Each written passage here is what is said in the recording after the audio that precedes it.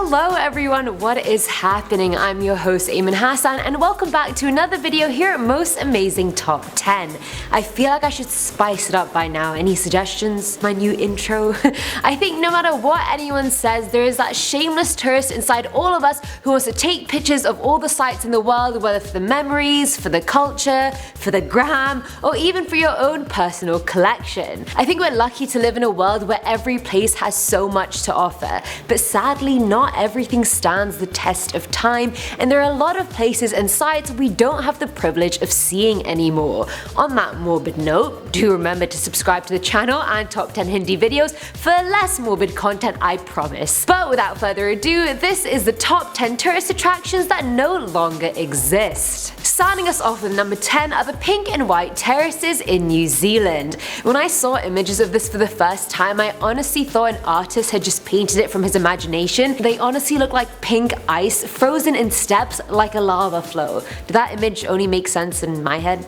Damn it. Anyway, the pink and white terraces used to be the largest silica sinter deposits on Earth. They were formed by upwelling geothermal springs that contained silica-filled chloride water. And if that doesn't mean anything to you, don't worry about it. The springs in the terrace were around 1,200 meters, which is around 3,900 feet. However, on June 10, 1886, Mount Tarawera erupted and sent out huge red-hot boulders and black ash that covered the whole area. Where the terraces used to be now had a massive 100-meter deep crater instead, which is now known as Lake Rotomahana. Honestly, I really wish I had seen this, but obviously I wasn't even alive when they were here, let alone when they were destroyed, so I had no chance. Coming in at number 9 are the Guaíra Falls. Now these falls are located on the border of Paraguay and Brazil. Back in its heyday, it was probably the single most powerful cataract in the world regarding volume, with 1,750,000 cubic feet of water passing through it every single second. That's 12 times the level in Victoria Falls and double the flow of Niagara Falls. The area contained around 18 falls and had a drop of 375 feet. They say it was so loud you could hear it from 20 miles away. I'm shook. Sadly, this wonder ceased to exist in 1982 because the Paraná River was dammed in order to create a reservoir, and the waterfalls were drowned by Itaipu Dam. The dam was part of the world's largest hydroelectric project at the time, and it's ironic how we had to essentially wipe out a natural wonder of the world in the pursuit of sustainably using energy on this earth.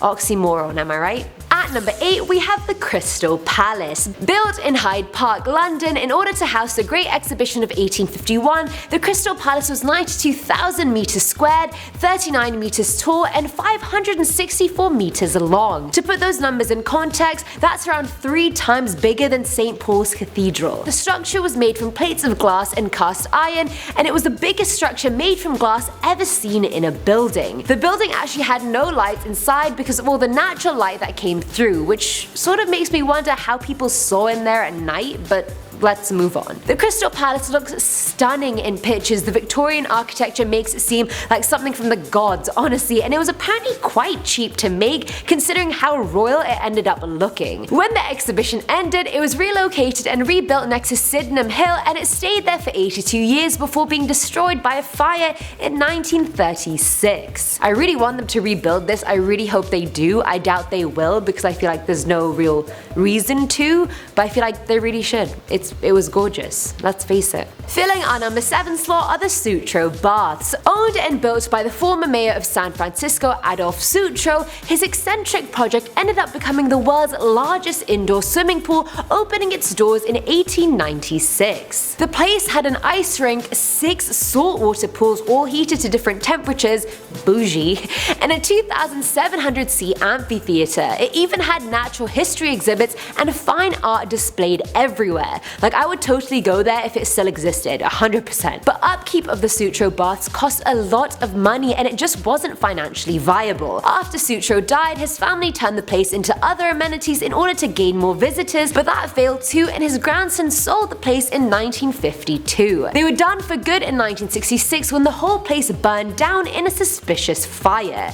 This all just screams shady, and maybe the plot of a 1950s noir movie. Either way, the baths are no longer there, but people still occasionally visit its ruins. Now at number 6 is the original Pennsylvania station. These days Grand Central is that one station you have to go see for all its beauty, but back in the day it was Penn Station. The station used to have soaring archways, domed ceilings, and Greek Parthenon looking columns. The pictures are honestly stunning, and I know I've said about like 3 things on this list already, but believe me, they were stunning. At its peak, the station used to get 100 million passengers a year in the mid-40s, but 15 years later, the creation of the interstate highway system made the visitor toll drop considerably. The station was eventually demolished in 1963, and the New York Times actually questioned how on earth the city could permit this monumental act of vandalism against one of the largest and finest landmarks of its age of Roman elegance. During the decade it was demolished, Grand Central Terminal actually became protected under New York City's Landmarks Preservation Act. One had to go down so the other could survive, I guess. Having one is still better than having none. Coming in at number 5 is Heritage USA. Now this used to be an American Christian themed water park, theme park, and residential area in South Carolina. That's the first time I've heard of a religiously themed water park, but there's a first for everything, evidently. Built in 1978 by Pentecostals televangelist Tammy Faye and Jim Baker, who were also the founders of the PTL Club. The park stood at 2,300 acres and it was 25 times bigger than Disneyland, and Disneyland is pretty big as it is. The place had condos, hotels, campgrounds, a shopping mall, a skating rink, a Bible and evangelism school, and even a cable television production studio. I mean, this could be a mini functioning town if it wanted to be. On top of that, Heritage USA used to rack in about 6 million visitors a year by the mid-80s. But after 1987, news erupted of Jim Baker's sexual encounters with his PTL employees and him using the church's funds to cover it up. He was found guilty of 24 charges regarding mismanagement of PTL's funds, and that was the shutdown of the place. And if that wasn't bad enough, a hurricane in 1989 also destroyed a lot of the park's infrastructure, and then it was closed down for good. At number 4 are the Buddhas of Bamiyan. Now the Buddhas were carved in the side of a cliff in the Bamiyan Valley in central Afghanistan way back in the 6th century. The monuments are of Gautam Buddha and were done in the style of Gandhara art. The smaller one was built in 507 CE, standing at 35 meters tall, whereas the larger one was built in 554 CE and stood at 53 meters tall. The main bodies of the Buddhas were carved straight from the sandstone cliffs, but the details were modeled from a mixture of straw and mud coated with stucco. A lot of the details of the monuments had worn away before their destruction in March of 2001. They were dynamited and destroyed over a period of several weeks by the Taliban, who were given orders declaring the Buddhas were idols. But do not fret, it was a big loss, but the Japanese government and other organizations have committed to rebuilding the UNESCO World Heritage Site, so hopefully we'll be seeing a rebuilt version in the upcoming years.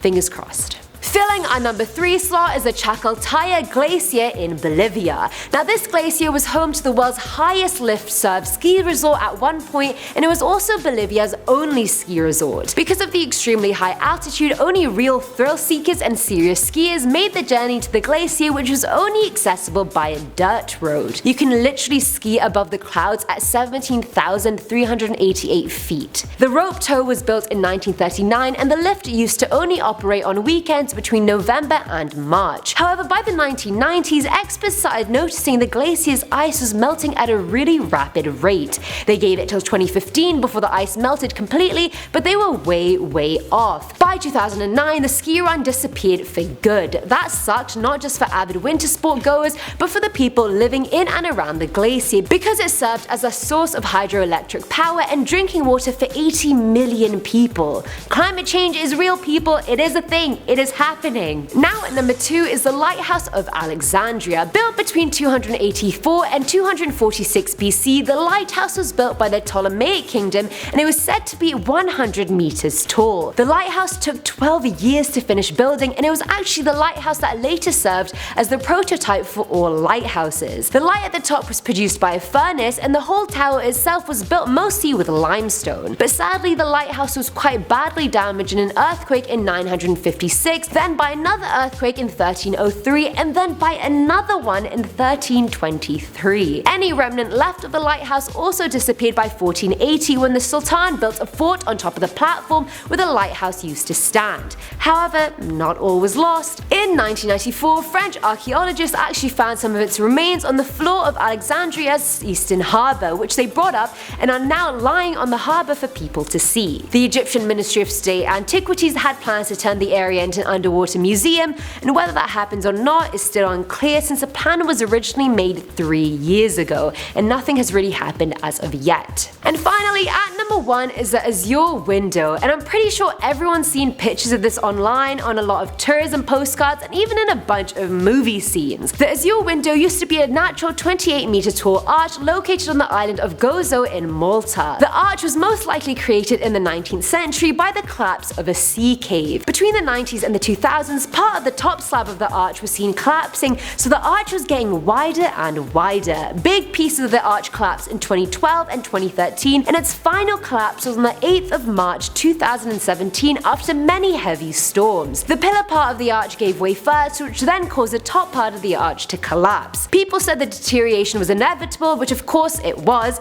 but the collapse gained a lot of international attention and was apparently turned into a meme in Malta as well. At least they're finding humor in it. And that's it for today's video, guys. Let me know in the comments below which attraction you would have liked to visit out of all of them on the list, and if you choose all of them, I fully support that decision. My top picks would be the pink and white terraces, the Buddhas of Bamiyan, and the Crystal Palace. Those captured my attention the most, in my opinion, but that's just me. Anyway guys, I'm your host Ayman Hassan, and I'll see you in the next one. Bye!